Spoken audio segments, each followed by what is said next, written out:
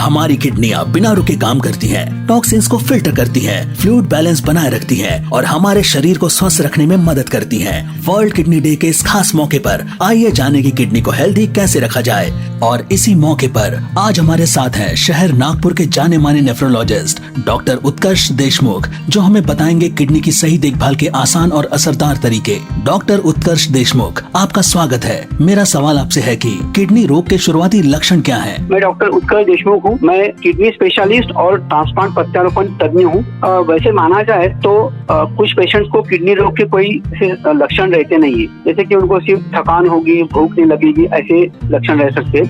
लेकिन मोटा मोटी तौर पर पैरों पे सूजन आना, ब्लड प्रेशर बढ़ जाना, चेहरे पे सूजन आना, पेशाब कम आना, पेशाब से खून आना, पेशाब में जलन होना, ये सारे शुरुआती लक्षण हो सकते हैं। मेरा सवाल आपसे है कि अगर किसी को किडनी डिजीज हो जाए तो उसके लिए क्या इलाज उपलब्ध है? किडनी डिसीज के लिए इलाज करना है तो सबसे जरूरी हमें है कि वो किडनी डिसीज हुआ क्यों, वो कारण शोधना है।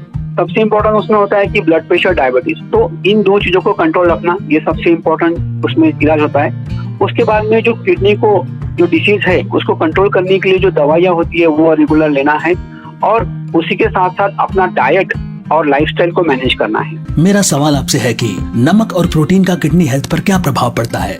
कोई भी डिसीज हो उसमें नमक अगर हम कम रखते हैं तो अच्छी बात है, क्योंकि अगर ज्यादा नमक अगर हम लेते हैं तो उस पेशेंट का ब्लड प्रेशर बढ़ता है, किडनी पे भी विपरीत परिणाम होता है, एडिमा हो सकता है जिसको हम स्वेलिंग बोलते हैं, वो हो सकता है और उससे किडनी पर प्रॉब्लम होता है। इसी तरह से प्रोटीन की अगर बात करेंगे तो जैसे किडनी का तकलीफ हो तो सीधा प्रोटीन पूरा बंद करना ये सही नहीं है। आपके डॉक्टर से आप सलाह लीजिए और प्रोटीन कम मात्रा में लेकिन लेना बहुत जरूरी है। मेरा सवाल आपसे है कि बदलती लाइफस्टाइल किडनी पर कैसे असर डाल रही है? बदलती लाइफस्टाइल हमारे पूरे शरीर पर ही परिणाम कर रही है। जैसे हम रेगुलर एक्सरसाइज नहीं करते, उसका भी किडनी पे असर होता है। एडिक्शन जैसे स्मोकिंग, टोबैको और डाइट, हम क्या है आजकल जंक फूड बहुत लेते हैं, ठीक है, जो हमारे शरीर की जिसको बिल्कुल भी जरूरत नहीं है, उससे भी किडनी पर असर होता है। तो सबसे इम्पोर्टेंट है रेगुलर एक्सरसाइज करना, रेगुलर इंटरवल पानी पीना और साथ में ही अच्छी तरह से अपने डाइट को मेंटेन रखना। मेरा सवाल आपसे है कि क्या किडनी के हर पेशेंट को डायलिसिस करना पड़ता है? नहीं, ऐसी बिल्कुल भी मान्यता नहीं है। जो डायलिसिस किडनी के पेशेंट को लगता है वो पेशेंट होते हैं जिनका स्टेज 5 तक किडनी डिसीज चला गया है और जिनको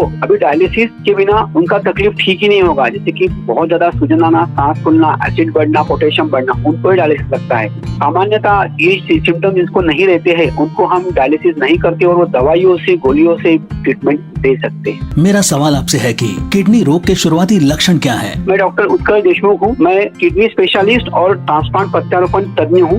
वैसे माना जाए तो कुछ पेशेंट्स को किडनी रोग के कोई लक्षण रहते नहीं है, जैसे कि उनको सिर्फ थकान होगी, भूख नहीं लगेगी, ऐसे लक्षण रह सकते हैं। लेकिन मोटा मोटी तौर पर पैरों पे सूजन आना, ब्लड प्रेशर बढ़ जाना, चेहरे पे सूजन आना, पेशाब कम आना, पेशाब से खून आना, पेशाब में जलन होना, ये सारे शुरुआती लक्षण हो सकते हैं। मेरा सवाल आपसे है कि अगर किसी को किडनी डिजीज हो जाए तो उसके लिए क्या इलाज उपलब्ध है?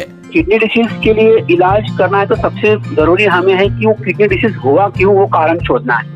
सबसे इम्पोर्टेंट उसमें होता है कि ब्लड प्रेशर, डायबिटीज, तो इन दो चीजों को कंट्रोल रखना, ये सबसे इम्पोर्टेंट उसमें इलाज होता है। उसके बाद में जो किडनी को जो डिसीज है उसको कंट्रोल करने के लिए जो दवाइयाँ होती है वो रेगुलर लेना है और उसी के साथ साथ अपना डाइट और लाइफस्टाइल को मैनेज करना है। मेरा सवाल आपसे है कि नमक और प्रोटीन का किडनी हेल्थ पर क्या प्रभाव पड़ता है? कोई भी डिसीज हो उसमें नमक अगर हम कम रखते हैं तो अच्छी बात है, क्योंकि अगर ज्यादा नमक अगर हम लेते हैं तो उस पेशेंट का ब्लड प्रेशर बढ़ता है, किडनी पे भी विपरीत परिणाम होता है, एडिमा हो सकता है जिसको हम स्वेलिंग बोलते हैं, वो हो सकता है और उससे किडनी पर प्रॉब्लम होता है। इसी तरह से प्रोटीन की अगर बात करेंगे तो जैसे किडनी का तकलीफ हो तो सीधा प्रोटीन पूरा बंद करना ये सही नहीं है। आपके डॉक्टर से आप सलाह लीजिए और प्रोटीन कम मात्रा में लेकिन लेना बहुत जरूरी है। मेरा सवाल आपसे है कि बदलती लाइफस्टाइल किडनी पर कैसे असर डाल रही है? बदलती लाइफस्टाइल हमारे पूरे शरीर पर ही परिणाम कर रही है। जैसे हम रेगुलर एक्सरसाइज नहीं करते, उसका भी किडनी पे असर होता है। एडिक्शन जैसे स्मोकिंग, टोबैको और डाइट, हम क्या है आजकल जंक फूड बहुत लेते हैं, ठीक है, जो हमारे शरीर की जिसको